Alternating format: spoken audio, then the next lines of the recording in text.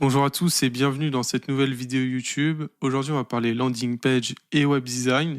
Vous allez voir comment optimiser grâce à l'expérience utilisateur vos pages de vente pour augmenter vos conversions. Donc, je suis Zamori, le fondateur de NoCode. On est une agence spécialisée en création de sites internet avec le CMS Webflow. On est en capacité de faire des sites à la fois performants sur mesure qui reproduisent en pixel perfect les maquettes créées au préalable. Mais pas que, parce qu'on va avoir une casquette 360 degrés. Donc, on vous accompagne sur les trois thématiques du web, le web design, le développement et le SEO. Aujourd'hui, on va vraiment taxer web design. On va parler expérience utilisateur et design. Et vous allez voir comment, grâce à un modèle de zoning qui est d'ailleurs duplicable, il sera directement en description, vous allez pouvoir optimiser vos pages de vente. Donc, commençons directement pour ce modèle de zoning. Alors déjà, rappelons l'objectif d'une landing page. Donc, ça va être de convertir des utilisateurs qui sont déjà qualifiés. C'est pour ça qu'on ne fait pas de SEO sur une landing page. On est vraiment uniquement là pour guider un utilisateur vers une conversion. Il faut savoir que 80% des utilisateurs qui vont venir sur cette page vous connaîtront déjà, seront déjà un peu qualifiés, donc il n'y aura plus qu'à les inciter à faire la conversion, à passer à l'action. Et donc pour ce faire, la section la plus importante, donc la partie la plus importante de votre landing page, ça va être la héros. Donc là, c'est ce que va voir l'utilisateur directement en arrivant sur votre site. Il faut savoir que si elle est mal optimisée, si elle ne rapporte pas beaucoup de conversions, ça va être assez problématique parce que vos utilisateurs vont arriver et vont directement repartir. Ça, c'est ce qu'on appelle le taux de rebond. Donc plus il est élevé, moins c'est bon. Et pour contrer ce taux de rebond, il y a des petites astuces, notamment avoir un titre clair et captivant en intégrant des chiffres si possible et un sous-titre pour mieux définir le titre. Donc je m'explique, quand votre utilisateur va arriver, vous avez que quelques secondes pour le convaincre. Faites le test chez vous, allez sur un site. Si vous n'arrivez pas à comprendre ce que propose la société au bout de 3 secondes, vous allez partir. C'est la même chose pour votre entreprise, votre SaaS, etc. Pardon. Il faut être clair et captivant et surtout, il faut qu'on comprenne ce que vous faites. Donc, essayez d'avoir un titre où vous captivez l'attention et dans le sous-titre, vous expliquez un peu plus concrètement qui vous êtes et ce que vous proposez, mais faites ça sur 2-3 lignes maximum. Donc voilà, et ensuite proposez un appel à l'action principal. Donc pareil, il faut laisser le choix à votre utilisateur.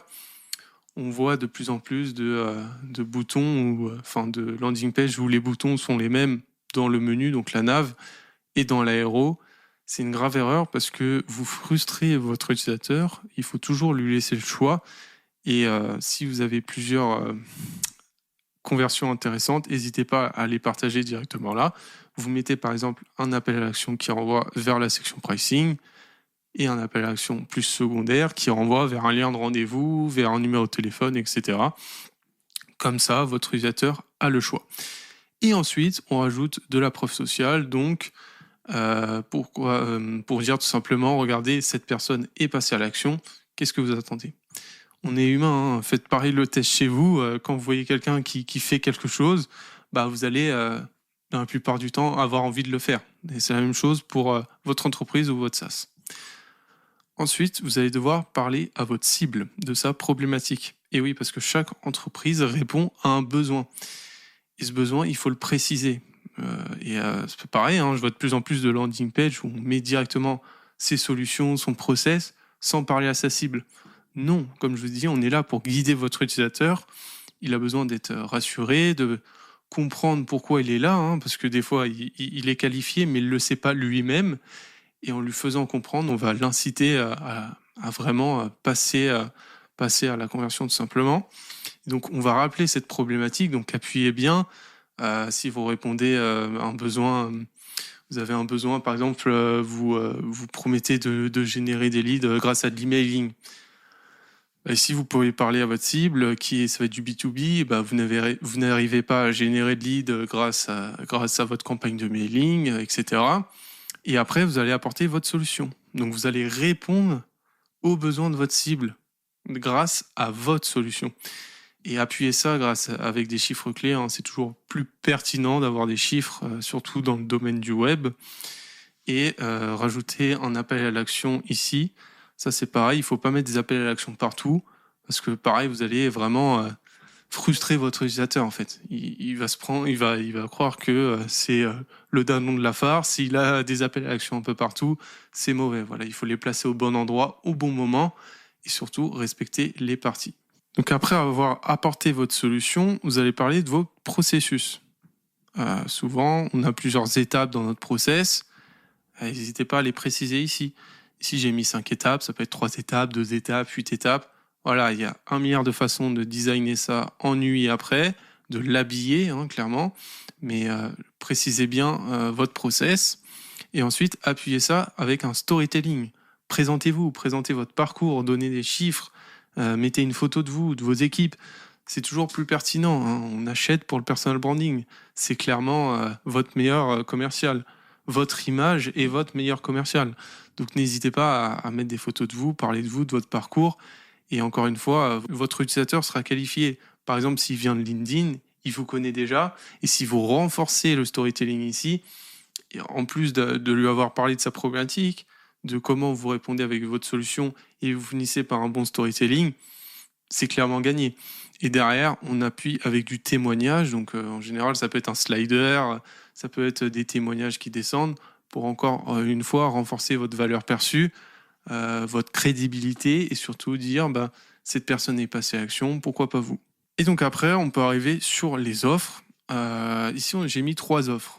Les offres, il faut savoir qu'on peut en mettre 2, on peut en mettre 3, on peut en mettre 4, 5, 6, 7. Ça, c'est à votre guise. C'est combien vous avez d'offres dans votre entreprise, mais surtout, ne mettez pas une offre. On dit souvent, oui, une offre, au moins je suis sûr qu'il va prendre celle-là. Non, parce que vous ne donnez pas le choix à votre utilisateur. C'est comme les boutons que je vous ai montré au préalable. Ici, on a le principal et ici le secondaire. On laisse le choix à l'utilisateur, on ne le frustre pas. Par contre, on le guide en mettant une offre plus populaire, celle qu'on veut mettre le plus en avant, celle sur laquelle on mise le plus, etc. On change les couleurs, on met plus de description, etc. Donc, n'hésitez pas à la mettre en plus populaire, mais ne mettez pas une offre. Voilà. Et ensuite, foire aux questions. Alors ça, c'est pareil, c'est une section qui est beaucoup négligée, mais n'hésitez pas, parce que dans cette section, vous pouvez mettre les objections de votre cible. Voilà. Toutes les questions qu'elle peut se poser, c'est le moment de les mettre. Et surtout que c'est en dessous de la section offre. Donc vous appuyez encore plus ces objections, enfin vous répondez à ces objections. Et donc après, il pourra passer à l'action directement avec les offres. Et pour finir, on a un CTA avant le footer. Donc le footer, le pied de page, hein, c'est la dernière partie de votre landing page. Et là, j'ai envie de dire, il faut mettre le paquet. Parce que s'il arrive ici et que votre utilisateur arrive ici, il ne pourra plus faire de conversion. Après, soit il partira, soit c'est la fin. Donc c'est le dernier moment et n'hésitez pas à rappuyer sur votre solution, notamment en posant une question. Le fait de poser une question, ça incite à l'action, clairement. Et pourquoi choisir votre solution, hein. Vous mettez après un sous-titre qui définit mieux tout ça.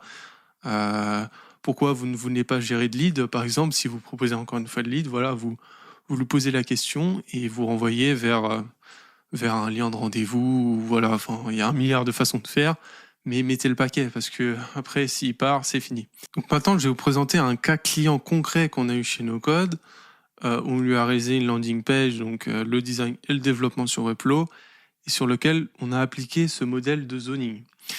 Donc ce client, c'est Capijanti, François Béag, qui est un coach Malte, donc Malte qui est une plateforme de freelance. Il va aider les freelances à développer leur potentiel sur la plateforme et pouvoir attirer des clients en 1 mois sans ne plus jamais avoir à prospecter. Ça, c'est sa proposition de valeur. Et vous pouvez voir que dans la héros, on le met directement en avant, notamment grâce à une autre typographie et sa couleur principale pour obtenir des missions via Malte. Donc là, en 2 secondes, je comprends concrètement ce qu'il propose, obtenir des missions via Malte.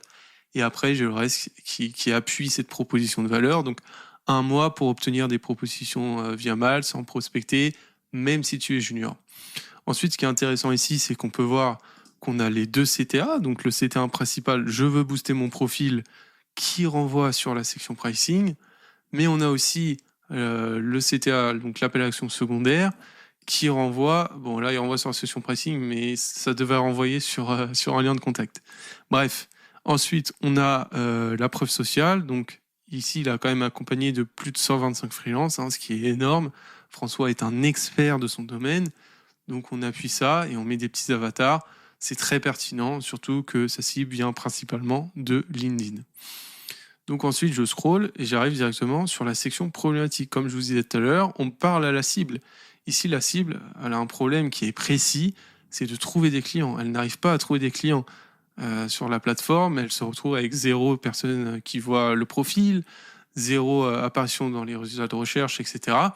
Donc on renforce ce besoin pour arriver sur une solution. Donc la méthode de François, qui va être les templates personnalisés, l'accès à un espace de formation, la ligne directe, etc. Bon, après, on appuie ça avec un très beau design. Et ensuite, on arrive donc sur le process. Le process en 5 étapes. Donc, étape 1, optimisation du profil. Étape 2, amélioration du parcours client, etc. etc. Et pareil, le CTA principal et le CTA secondaire, toujours. Et ensuite, on arrive sur la section storytelling. Donc, comme je vous disais, on appuie avec des chiffres, on renforce la valeur d'expert de François. Il est top 1% LinkedIn, il est top 2 de sa catégorie sur Malte, il a plus de 125 avis, 5 étoiles. Voilà, on renforce vraiment sa valeur perçue. Et ici, on n'a pas mis de photo de lui parce qu'il a un très fort personal branding, un très fort branding grâce à ses mascottes. On le reconnaît grâce à ça. Donc on joue là-dessus, on met une mascotte directement. Mais là, ça pourrait être une image de vous. Voilà, vous faites une image pro, vous mettez une image de vos équipes si vous avez une entreprise, etc. Et ensuite, on va voir les avis. Donc ici, on a l'avantage d'avoir plus de 125 avis vérifiés, qualifiés. Voilà, donc on les met en avant ici. Et on peut même se permettre de faire une page dédiée aux avis pour vraiment renforcer la crédibilité. Et surtout qu'ici, c'est des profils LinkedIn en général, donc tout est vérifiable. Et ça renforce énormément la crédibilité. Ensuite, vous allez avoir du coup la section pricing. Donc comme je vous disais, ici, il y a 3 offres, dont une en le plus populaire qu'on met en avant au milieu avec la couleur principale de la landing page. Elle attire l'œil directement. En plus, ici, c'est un rouge, donc c'est la couleur de la plateforme Malte. Et vous pouvez voir qu'on met en avant les composantes aussi, donc grâce à des boutons de check ou des boutons croix, tout simplement. Donc c'est pertinent pour présenter ces 3 offres. Et encore une fois, avec les CTA principaux et le CTA secondaire. Et ensuite, ici, ce qui est intéressant, comme je vous disais, la section foire aux questions, où on répond aux objections de la cible. Par exemple, l'accompagnement est-il pour tous les secteurs et activités, concrètement, que contient le programme, est-ce que c'est adapté aux juniors, etc. Donc en fait, la personne qui va arriver sur cette section pricing, juste scroll un peu et elle va avoir toutes les réponses à ces questions. Concrètement, après, comme je vous disais, c'est gagné. On n'a plus qu'à réserver et c'est fini. Ici, ce qu'il faut savoir, c'est que ça renvoie vers un lien Stripe, donc on peut acheter directement. Mais si on n'est pas en capacité ou si on n'a pas envie d'acheter directement, on peut renforcer ça avec le besoin d'échanger. Donc là, on renvoie sur un appel de découverte. Et comme je vous disais, c'est le CTA juste avant le pied de page. Donc là, on pose une question. Peut-être c'est que la cible a besoin d'échanger, elle n'est pas prête à passer à l'action directement. Donc on renvoie vers un autre CTA. Donc Capijancy, François a eu beaucoup de ventes. Ça fait maintenant 2 ou 3 semaines que la landing page est sortie. Il a grandement augmenté son taux de conversion. On en fera sûrement une vidéo dédiée cas client où on rentrera vraiment dans le détail, on donnera des chiffres et on parlera aussi de développement. Comment est-ce qu'on a pu faire toutes ces animations, avoir une landing page qui charge super rapidement, parce que ça joue aussi. Si vous avez une landing page qui charge ou les animations sont mal faites, il y a trop d'animations, etc., vous n'allez pas avoir de conversion. Donc c'est hyper pertinent, surtout que François a été insatisfait d'une précédente agence. Donc on a repris vraiment un projet à zéro, donc pour vous montrer tout le process. Voilà, nous on est no code, comme je vous disais, on est une agence de création de sites internet. Moi je suis Amaury, le fondateur de cette agence. On est spécialisé sur Webflow, donc c'est le logiciel qui va nous permettre de donner vie à nos maquettes web design et qui va nous permettre de faire des sites qui chargent très rapidement, mais surtout qui vont vous rendre autonome. C'est-à-dire que pour un site web, on peut former vos équipes pour qu'ils puissent l'administrer sans aucune ligne de code, tout en respectant les bonnes pratiques SEO, les bonnes pratiques de performance, de WebPerf, etc. Donc n'hésitez pas à aller faire un tour sur notre site, on a toutes nos références dessus, et surtout on a une partie blog où je publie des articles très régulièrement sur le web design, sur le développement web, sur le SEO, etc. J'ai notamment publié un article sur comment créer des landing pages performantes avec Webflow, donc le logiciel qu'on utilise. C'est intéressant, ça prend quelques minutes à lire, je vous invite fortement. Et si jamais vous voulez discuter avec moi, vous avez un projet web et que vous souhaitez vous faire accompagner, n'hésitez pas, j'offre 30 minutes de conseils personnalisés, que vous ayez un site ou pas de site. Voilà, on est là pour vraiment élaborer une stratégie concrète, voir comment on peut vous aider et surtout avoir une ligne directrice pour le futur. Voilà, le site c'est nocode.fr, nocode.fr. Allez-y, ça mange pas de pain. Merci beaucoup pour cette vidéo, au revoir.